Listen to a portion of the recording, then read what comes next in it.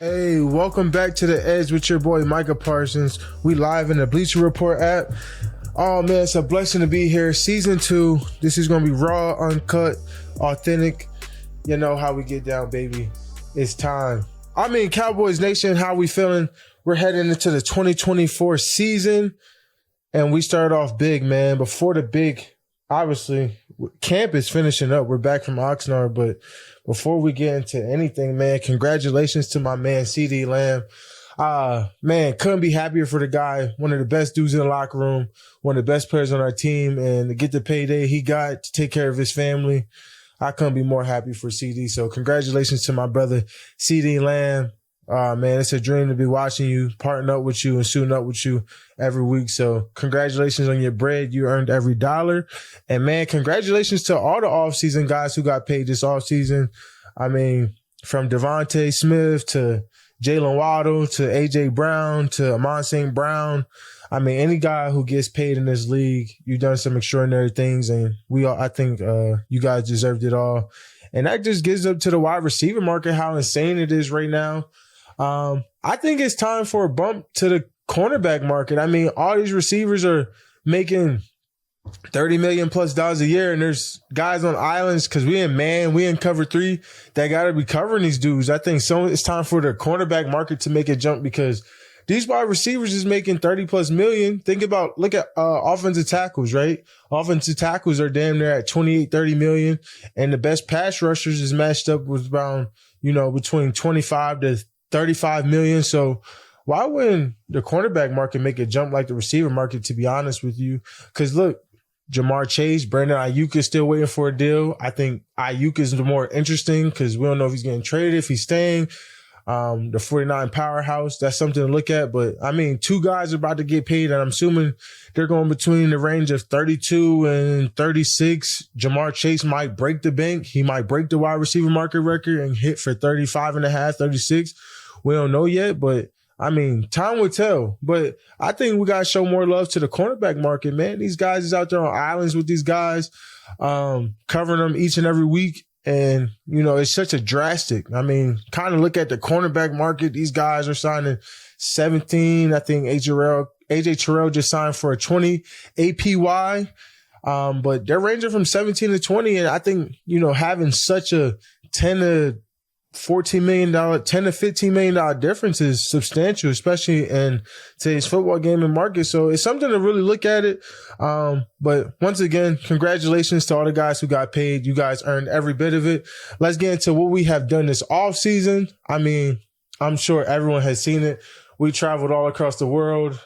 We made our big partnership with Bleacher Report, and I am now the new president of BR Football Gridiron. Pat on the back. But, man, I couldn't be happier to be with BR, man. I would say they changed my life in the best way, allowed me to do this open mic, talk to you guys, be more interactive with you guys. And I think that means the world to me, man. That means so much to me just because I love talking about football. I love giving you guys my insight, man. I love, just talking my smack a little bit, man. So I appreciate you guys for tuning in. I mean, without you guys and your interactions on what is said, we wouldn't be here today. So, man, we're going to kick off season 2 with a bang. And I mean, I know we all seen it. I was out in Tokyo with BR, wrestling sumo wrestlers. And I'm going to say, man, I thought I was a really good athlete until I got with those sumo wrestlers. They are so misunderstood. Their culture, what they stand for. I mean, these guys are offensive. I want to see an offensive tackle do a split. I mean, these guys were doing full splits. I don't even think they showed you guys all the crazy things that they did. I mean, we did a couple stretches and things like that, but these guys are so flexible. They're so strong. I mean, they're some of the best athletes I've ever seen in my life. And it's not even close. Like, these guys are like brick walls, bro. Like, I can't even explain it. These guys, I want to go back I might do like a off-season training there for like 2 weeks. And, of course I had to pull the line out because I didn't like all the stuff going out. But I think that kid was like 17 years old. And I'm like, at the time I was like 24. But, such a difference. And that kid was just so massive. And he's still a black belt. He's not even a traditional white belt. I mean, it's just really a sight to see. Some of the stretches they showed us, I incorporated them. I mean, I feel like my hips were so tight. being around those guys. I mean, they were 300 and some pounds doing splits. I mean, that is just not heard of. And that was just some of the craziest things that I ever seen. I don't know if they'll be great offensive linemen because all they do is move forward. But I do think they are about 10 Vita Veas, guys or Dexter Lawrence's, guys who just can get off the ball, explode. I think they'll be great defensive tackles. They can move very well. I think they can hold any A gap or B gap for sure. But offensive lineman moving backwards is really, it's a real hard skill to learn and master, man. I don't think anyone could just move backwards. Like, we're moving full speed. And if you look how they start and finish, they're starting and they collide and they're making full collision. I think they would be better off as D tackles, to be honest with you, not offensive linemen. Offensive lineman is definitely one of the hardest positions in the game. So, I would not put that reference to each other.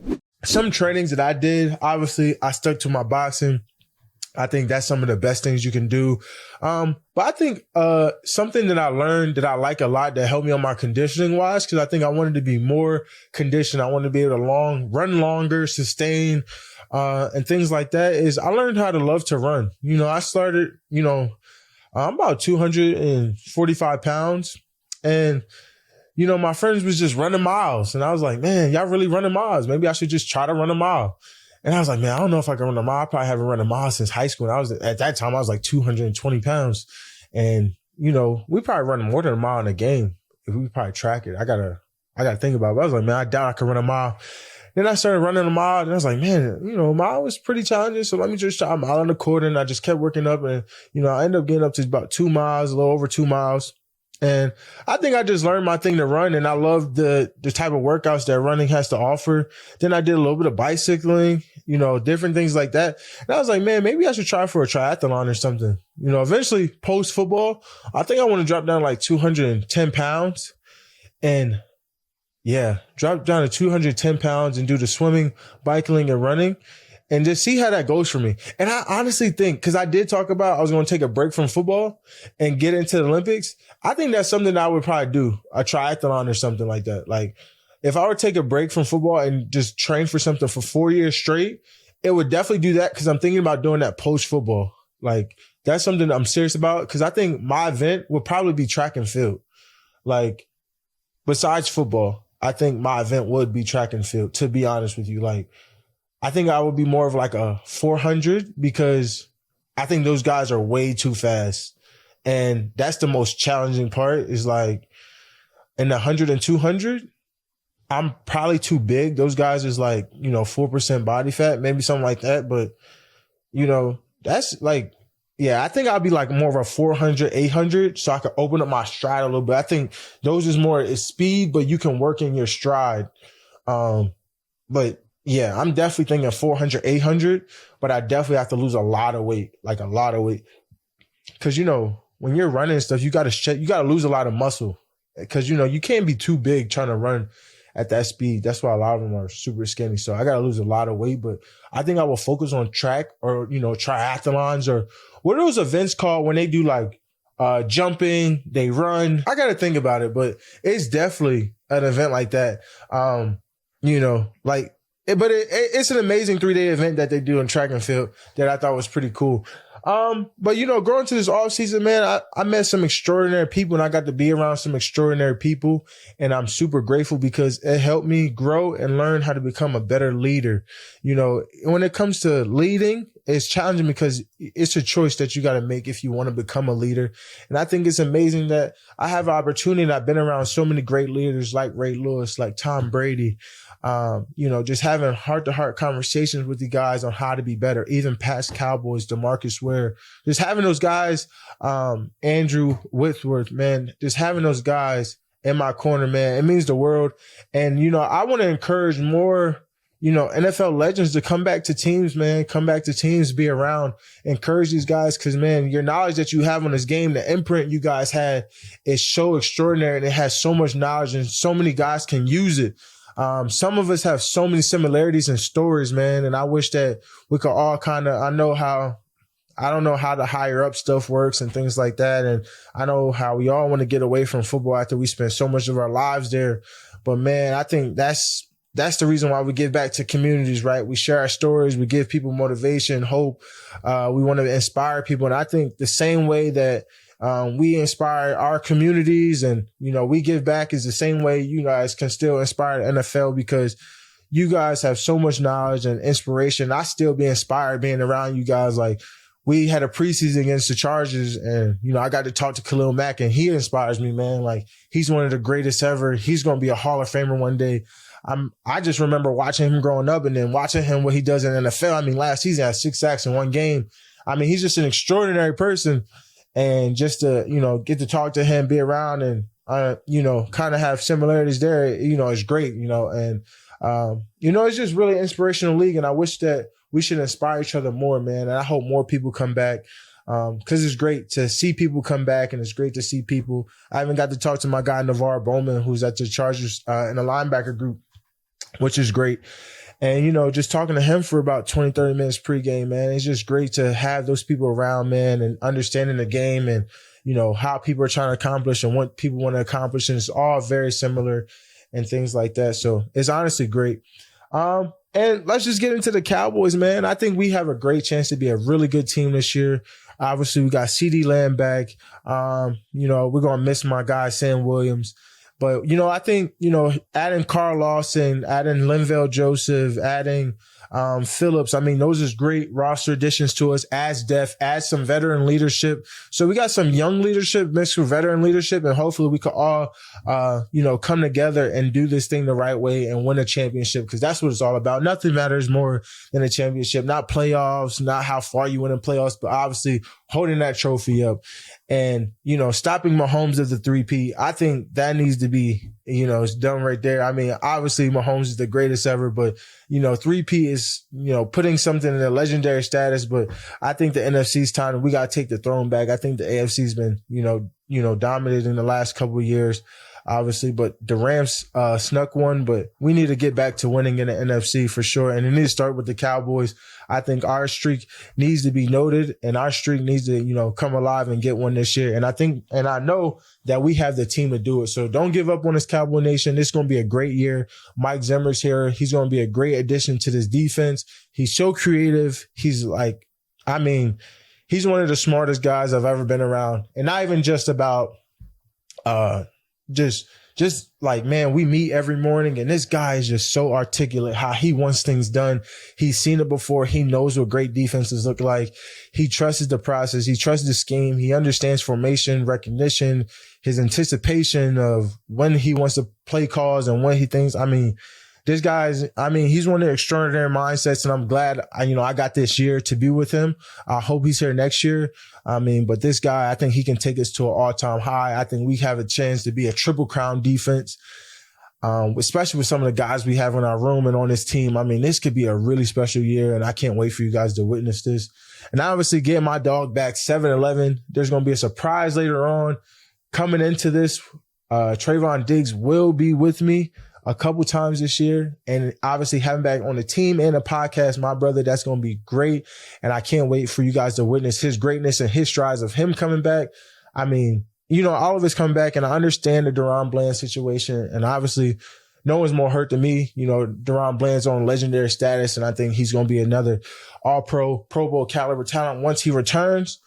But we have to keep going. We have to grow. And then when he comes back, he's going to be just as dominant for us. So obviously I cannot wait for that. And then obviously there was a lot of talk about me at running back. Coach Mike McCarthy said if I ever got hurt playing running back that, he would just walk off the field. So I don't know if my dreams are ever going to come true. But, before I retire, I would hope that, they just give me a carry anyway. Just to make, my dreams come true of always being a running back, because I was a running back before I was ever a defensive player. Like, this is a true story. I was a running back. Like, that was like my goal in life, to be a running back. Like, I dreamed of being a running back. I wanted to go to Oregon University. I grew up on DeAnthony Thomas, all of those guys. Like, I wanted to be an Oregon Duck and, play running back. But it so happens that, coaches saw things in me that I didn't see in myself, and they said, you're playing defense. We don't care what you say. And I went to the greatest university on earth, Penn State University, and I went to LBU, which is the best linebacker school in the country. So if you're a linebacker or anywhere else. I can't see that you go anywhere else. Is linebacker you all day, every day. Anyway, I'm going to say if I was a running back and I had to pick a play that I was going to run, mine would be either toss crack out of I'll do 11P just so they come out in nickel defense. I'll do 11P. And it would just start like this. And I would run it to the field. You know, I'm going to put a bunch over there because this happens to me a lot too.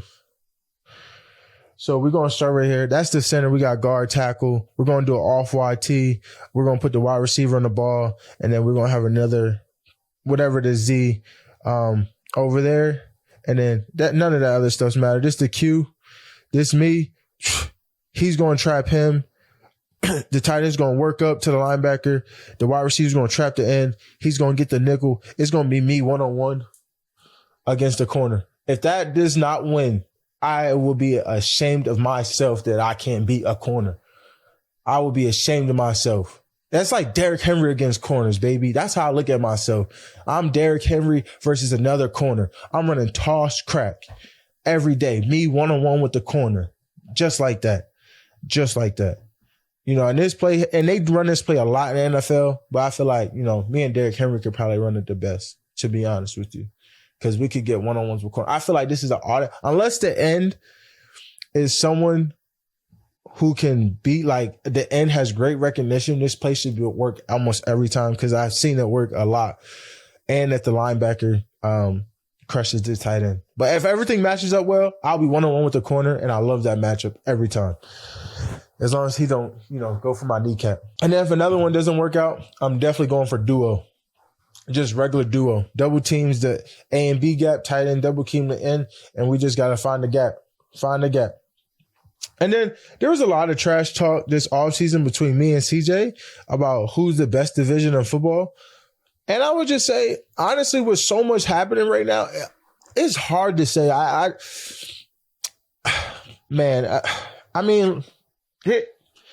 think the NFC, I think that, like, honestly, bro, this is like very tough because, like, it's hard to say who's the best division. But I want to go sides, really, because I think the NFC is the hardest side if you talk about talent. And if you talk about talent, everything, I'm going to say the NFC is the hardest side. Just because, like, I mean, they're both so talented. I think you're right. You make the argument about the AFC. Sheesh, this is hard. You know, man, you make the argument with the AFC North because they do have so much with the Ravens, the Steelers, the Browns, and the Bengals. Where they were ranked all in playoffs last year and who they have, the additions they made to their team, I will put the AFC North, you know, first. I feel like the AFC North would be first. I would have to say I'm going to go NFC this time. I'm going to go to NFC East, obviously, with my Cowboys, Eagles. I think we're one of the top two teams in the league. Giants is rising, and, you know, Washington and Dan, we don't know how that looked, but Jaden Daniels looks promising. You know, they're still building a team over there. But the third division is definitely going to be the NFC North. I think the Bears have made one of the greatest off seasons, and what we've seen from Caleb Williams off rip, I mean, that was a great opening day. I don't care what anybody says, timing, whatever. It's a great opening day. He does have to do it in the regular season, but he made some amazing throws. He did some amazing things out there. So, I mean, that Packers, I mean, we saw what Jordan Love looks like. The Vikings, understand their QB situation, but they still have a great unit. And the Lions, I mean, they went all the way to the NFC Championship game last year. I mean, that division's serious. That division's serious. I mean, you could argue that that's the number 2 division in the NFL. And then, obviously, I'm going to go NFC West as the 4th division. The 49ers, The Seahawks just got their DC from Baltimore. We saw what Baltimore's defense did last year. I mean, the 49ers, I mean, they consistently have one of the best defenses. And you just don't bet against Sean McVay and Matthew Stafford. They won a Super Bowl together. The Cardinals, Kyler Murray's healthy again. They drafted Marvin Harrison, who I heard looks extraordinary in camp. We're going to be excited what he does. But, I mean, this division right here, I mean, you could argue that's the third best division. Like, these teams are super legit. Geno, DK, still got Tyler Lockett, Jackson Smith and Jigba. I mean, if we're talking about sides, I definitely think that the NFC side is the hardest side in general. To make it to playoffs in the NFC, to get a high ranking, to come out the NFC is the toughest route, to be honest with you. And then I would say the last division that I will put in here would probably be, I want to give CJ the AFC South, but, you know, I don't even want to do that. I don't even want to do that because, to be honest with you, it's tough when you got to put Patrick Mahomes in there. Like, you cannot have the Super Bowl champion not in one of the top divisions because of him alone. I mean, and then Justin Herbert. If Justin Herbert stays healthy, of who Justin Herbert is, the Broncos, Bo Nix. I mean, that's a tough decision. I mean, I feel like if I got to give it to an AFC team, I will give it to the AFC West. I'm sorry. Like, I want to say the AFC South, but the Colts, you know, they're a solid team. I mean, the Texans, I mean, they had one of the best off seasons I've ever seen. The Titans, they look good. They're coming off a losing record. The Jags barely missed playoffs last year, but I mean, the Texans is the only one who made the playoffs last year out of that division. I mean, the Raiders, look at how they ended that season last year was extraordinary. The Raiders with Max Crosby, they added Christian Wilkins. I mean, like, come on. Like, they still got Devontae Adams. I mean, they made jumps and they ended the year so well. I feel like you cannot add them right there with them Chargers, Raiders, and Chiefs. Like, and then the Broncos, their defense, what they was doing, I mean, I think to me, this is the toughest ranking. It's hard to say, but the NFC is the hardest. This will be my top 5 divisions in NFL right now. Easily.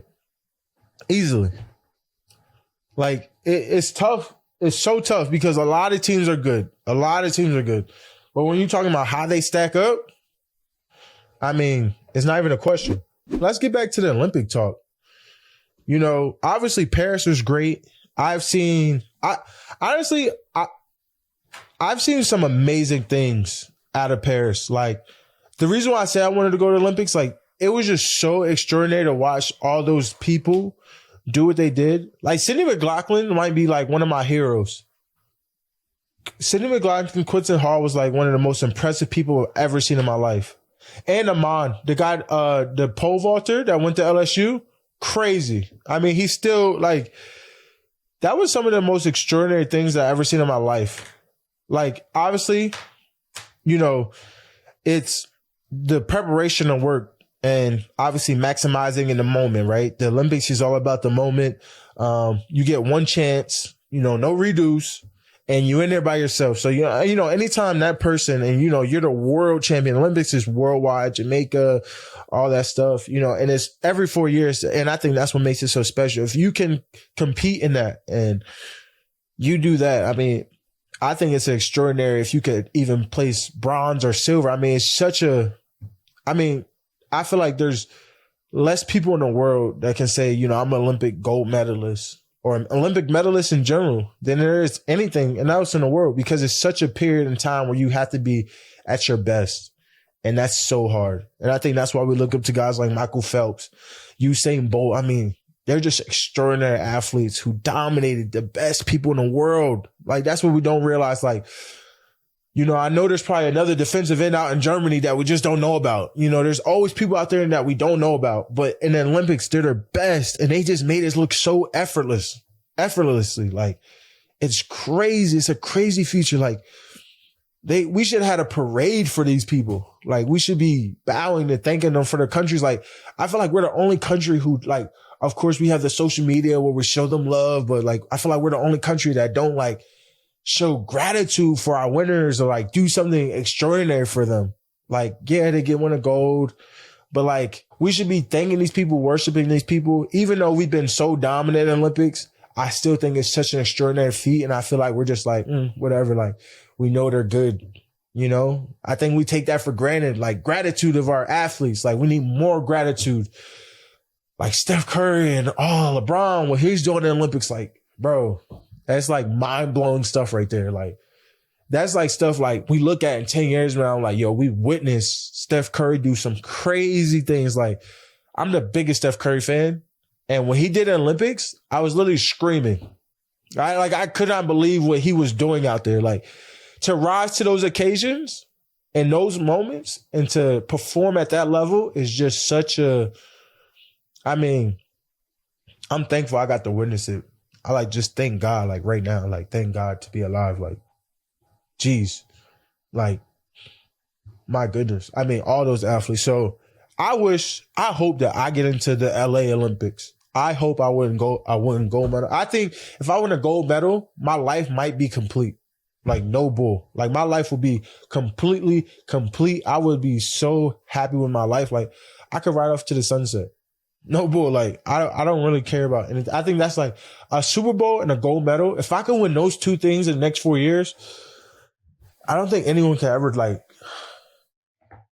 talk to me at that point. Like, I would, like, I would just think, like, I don't know. Like, I'll probably retire.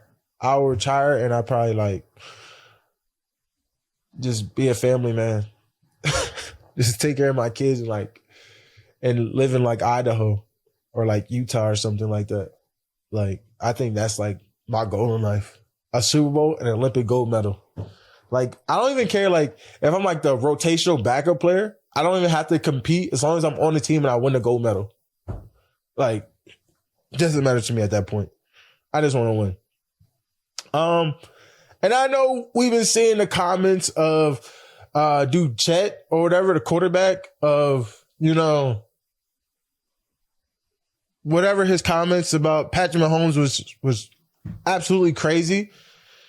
But, you know, I don't blame him.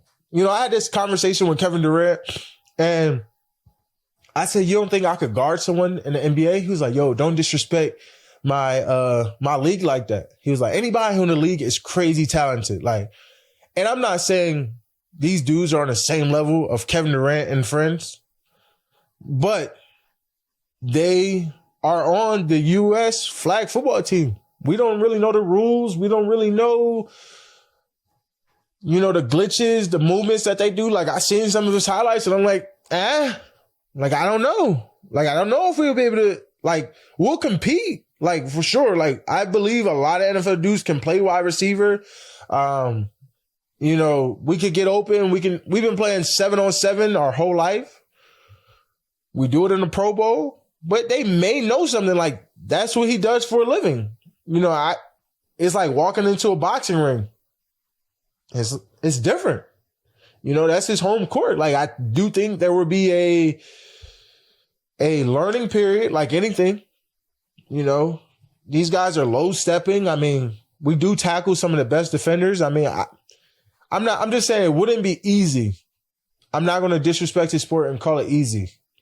Like, it's not easy, but at the end of the day, when you're one of the best athletes in the world, you learn. Like, that's what part of learning and growing, being great is you're constantly learning. So I do think there's some football players that can come in instantly and start for the USA flag team.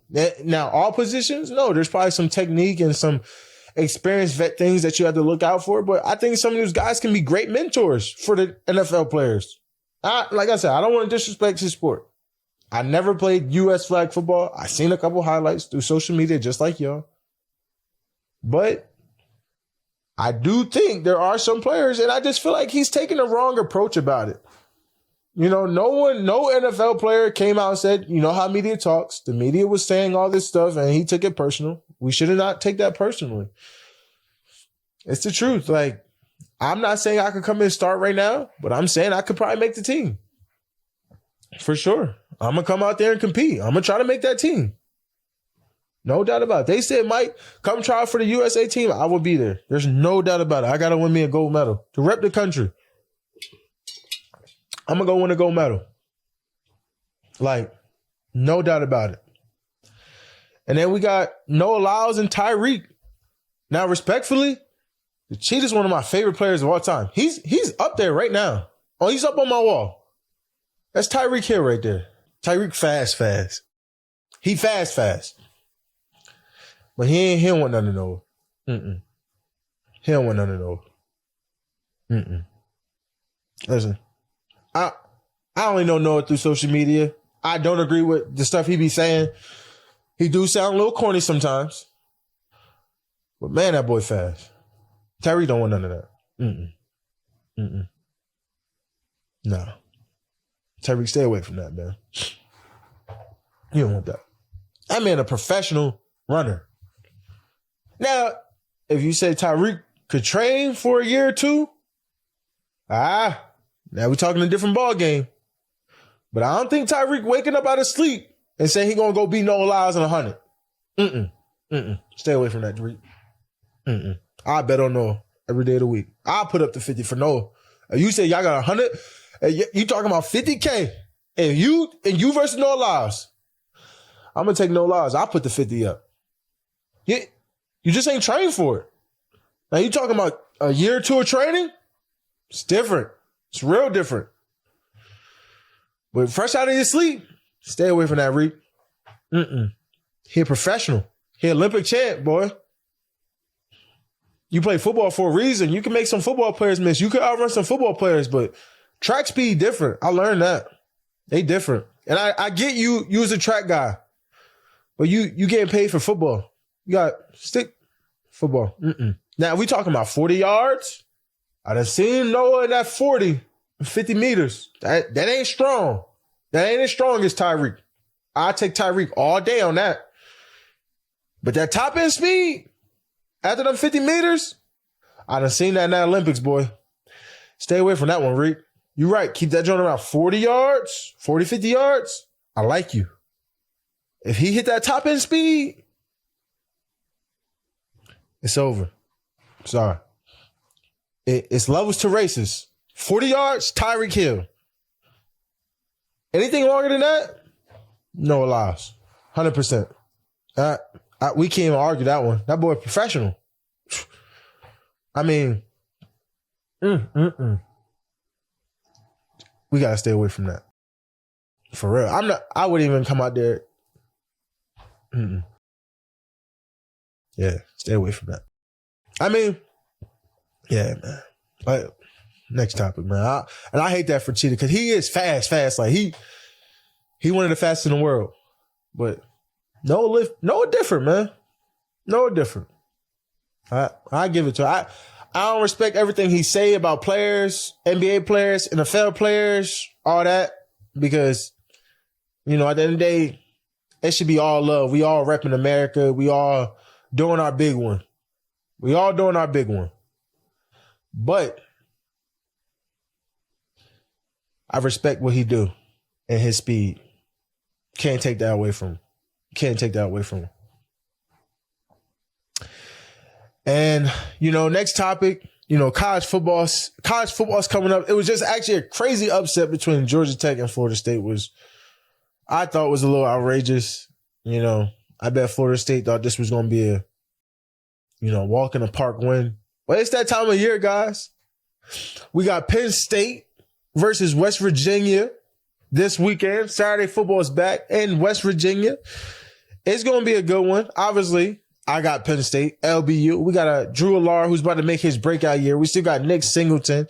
We got a couple transfer guys, and we still got some guys on defense, and my guy Abdul Carter, who can go number one next year because it's LBU. He's going to do some great things this year. I can't wait to see it. Drew, I think Abdul Carter, Winston is going to make huge jumps. I hope Allar make a big jump. I think Penn State has some guys that can really have some special years. And we got a 12-team format this year. I think Penn State, without a doubt, and they should be in the 12-team format. Without a doubt. I think this is going to change college football forever, because now, Alabama, Georgia, even though whoever won that SEC championship game, they're going to be in the playoffs now. That's going to change everything. People not thinking about that, because it was always like, who are we going to check, Kirby? Or are they going to keep Saban in it? And remember, Saban got snubbed the year before, not last year, but the year before that when Georgia won. So it's going to be a great battle. And then we might see some repetitive matchups that they got game one, but the adjustments that they made in the second half, is that going to be the reason why they won the second game? I mean, I think this might be college football's best year. Obviously, who do I think realistically is going to be crowned? Obviously, Penn State. But if it's not Penn State, I would have to go with, obviously, I got to see the Ohio State versus Penn State clash this year. That's going to be a good one. They got a couple guys that came in. Ohio State had a couple good players, and, they're still looking strong. So Ohio State has an opportunity. Obviously always Georgia, Bama, and I'm going to be extremely excited to see, obviously, Texas too. Texas is loaded. Texas is still loaded. Quinn Ewers is still there. I know they had some injuries at running back, but I mean, they still have extraordinary weapons, and that defense still looks pretty darn good. So with this, I think Texas is looming to see what happens, but I'm excited to watch college football this year. I think it's going to be a really, really good year. And it's going to be very exciting. And for the closure, let's take some final questions from the chat. Did you see the Chargers got stuck in the elevator in Dallas? What would you do in that situation? Honestly, I'll probably have a panic attack. I don't do closed spaces, especially if I'm trapped in with other big dudes. And that's honestly why a lot of times when there's if I see a full elevator, I don't even get on. I like one or two people in the elevator. And then if our elevator is almost full and people I'm like, yo, can you just take the next elevator? I just think it's an etiquette thing. Please, we all don't need to be that close to either. So, I would really probably have a panic attack. Who had the most impressive preseason? Across the league, I mean, it's kind of hard to tell, but, from my perspective, for the Cowboys, I thought, a lot of people had, I'm going to just say Cowboys specifically, who had a great preseason. Man, for me, I would say on my team, someone who really jumped off is prior linebacker Maris. Oh, man, I think from the start to the end of camp, he made huge jumps, and he's going to be extremely exciting to see. And I know y'all seen some flashes out there on social media, but I mean, this guy, he's going to make a big plays for us this year. Could you beat Tyreek in a 100-meter race for a gold medal?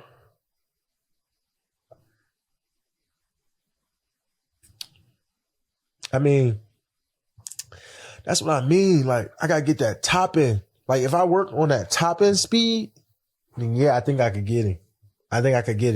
He too fast, and I got to close the distance quick. If he get out on me too much in that first 40, it might be over. I got to catch him quick. I got to track him. Because them little legs go like this. My legs go like they jump. Like a horse. There's difference. There's levels to it. I just can't lose him in that first 40. That first 40, too quick. He said, I like your new setup. How would you draw a play for the U.S. flag football team? What? I mean, it just depends. Am I as a DC or a offensive coordinator?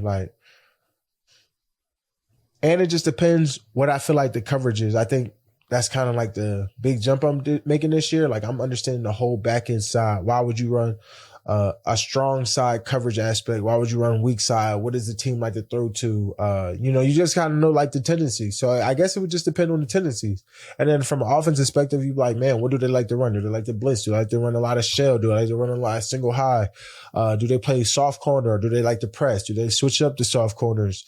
Versus press. It's a bunch of different variations and things that you have to look at when you're thinking about, play calls and things like that. What can I look forward to your show this season? I would say you could look forward to different guests. You could look for always very exciting, respectful opinions.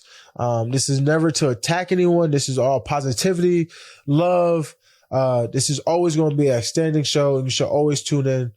Monday on the Edge with your boy Micah Parsons on Bleacher Report. Just like that, man. It's always going to be a great show. I'm always going to bring the juice. I'm always going to bring the energy, and we always going to keep it honest and have decency on what we say.